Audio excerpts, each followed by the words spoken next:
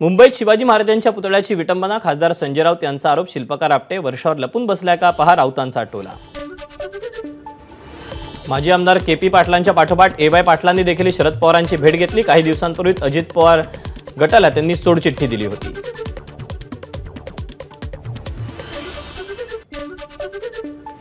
दहा वर्षांपासून राधानगरीतून विधानसभा लढण्याची तयारी करतोय। यावेळी शरद पवारांच्या आशीर्वादाने ही विधानसभा निवडणूक लढणार। ए.वाय. पाटील यांची शरद पवारांच्या भेटीनंतर प्रतिक्रिया। भाजपला सोडचिठ्ठी देत समरजित घाटगे आज शरद पवार पक्षात प्रवेश करणार। दरम्यान आज पक्षप्रवेशाआधी घाटगे आणि पवारांची भेट।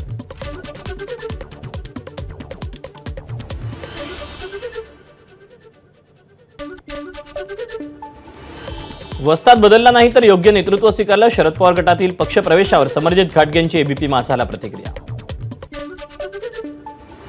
लांजा राजापूर विधानसभा मतदारसंघावर काँग्रेसचा दावा, मतदारसंघातून ठाकरे गटाचे राजन साळवी विद्यमान आमदार, यामुळे या मतदारसंघावरून मवियात बिघाडीची शक्यता। आदित्य ठाकरे आणि संजय राऊत उद्या मराठवाड्याच्या दौऱ्यावर। मराठवाड्यात अतिवृष्टीमुळे झालेल्या नुकसानग्रस्त भागाची आदित्य ठाकरे करणार पाहणी। मुंडे महाजन अडवाणींचं भाजप राहिलेलं नाही, माजी खासदार उन्मेष पाटील यांची एकनाथ खडसेंच्या रखडलेल्या भाजप प्रवेशावर प्रतिक्रिया। पालघर जिल्ह्याच्या 8ही आगारातील सर्व कर्मचारी संपात सहभागी, कर्मचाऱ्यांनी एकत्र येत विविध मागण्यांसाठी केली घोषणाबाजी। संपामुळे ग्रामीण भागातल्या प्रवाशांचे हाल। संपामुळे कोकणातील बहुतांश एसटी स्थानकांवर शुकशुकाट, संपाचा ग्रामीण भागातील कर्मचाऱ्यांना सर्वाधिक फटका। सरकारी कर्मचाऱ्यांप्रमाणे वेतन द्या, मालेगावातील एसटी कर्मचाऱ्यांची घोषणाबाजी। मागण्या मान्य होईपर्यंत आंदोलन सुरू ठेवण्याचा इशारा। संगमनेरहून नाशिक आणि पुण्याकडे जाणाऱ्या अनेक गाड्या रद्द, स्थानकात एखादी एसटी आल्यास ती पकडण्यासाठी प्रवाशांची धावाधाव। सिंधुदुर्गच्या सावंतवाडी डेपोतील सगळे कर्मचारी संपावर, कर्मचारी त्याचप्रमाणे इतर विद्यार्थ्यांचे हाल, तर कुडाळ, वेंगुर्ले, कणकवलीत एसटी कर्मचाऱ्यांचा बंदला संमिश्र प्रतिसाद। एसटी कर्मचाऱ्यांनी पुकारलेला संप मविया पुरस्कृत, वकील गुणरत्न सदावर्तेंचा आरोप, हे कष्ट न करणारे रिटायर्ड हट लोक असल्याचाही सदावर्तेंचा आरोप। वनराज अंदेकर हत्या प्रकरणातील हल्लेखोरांच्या शोधासाठी पोलिसांच्या 20 पथकांकडून शोध, आतापर्यंत 5 आरोपी अटकेत।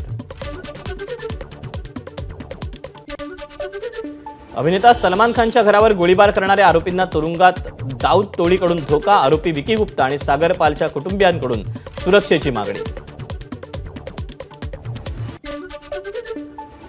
प्रसिद्ध गायक हनी सिंगला जीवे मारण्याची धमकी, गँगस्टर गोल्डी ब्राडकडून व्हॉइस मेसेजेसद्वारे धमकी, दिल्ली पोलिसांकडे हनी सिंगकडून तक्रार दाखल।